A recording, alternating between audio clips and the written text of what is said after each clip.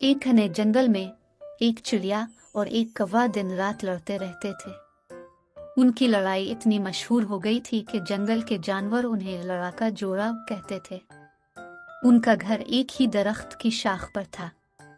चिड़िया ची ची और कौवा काई काई करता था और अक्सर वो दोनों आपस में लड़ते रहते थे। और एक दिन उनकी लड़ाई से तंग आकर तमाम जंगल के तमाम परिंदे अमन के कबूतर के पास गए और कबूतर से दरखास्त की वो चिड़िया और कौवे को कुछ समझाने के लिए दरख्त की शाख पर जाए।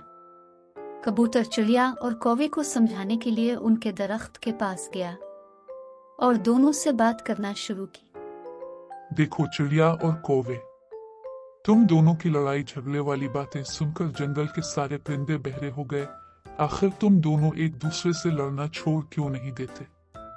चिड़िया ने तंग नजरों से कौवे की तरफ देखा और कहा, कबूतर अंकल, इसमें सारा कसूर इस कौवे का है।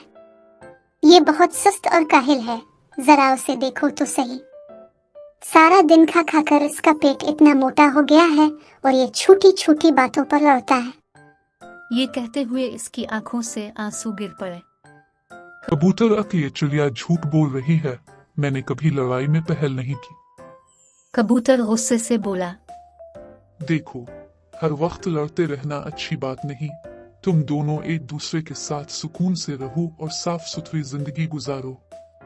कबूतर की तवील नसीहत के बावजूद दोनों टस से मिस न हुए और एक बार फिर लड़ने लगे। वो काफी देर तक काई काई चाय चाय करते रहे और फिर चिड़िया ने कौवे को जोर से पत्थर मारा। कौवे ने पलटकर चिड़िया का कचूमर निकाल दिया।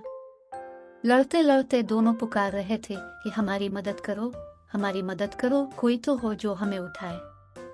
कबूतर ने डॉक्टर बिल्लो को बुलाया ताकि दोनों का इलाज हो सके।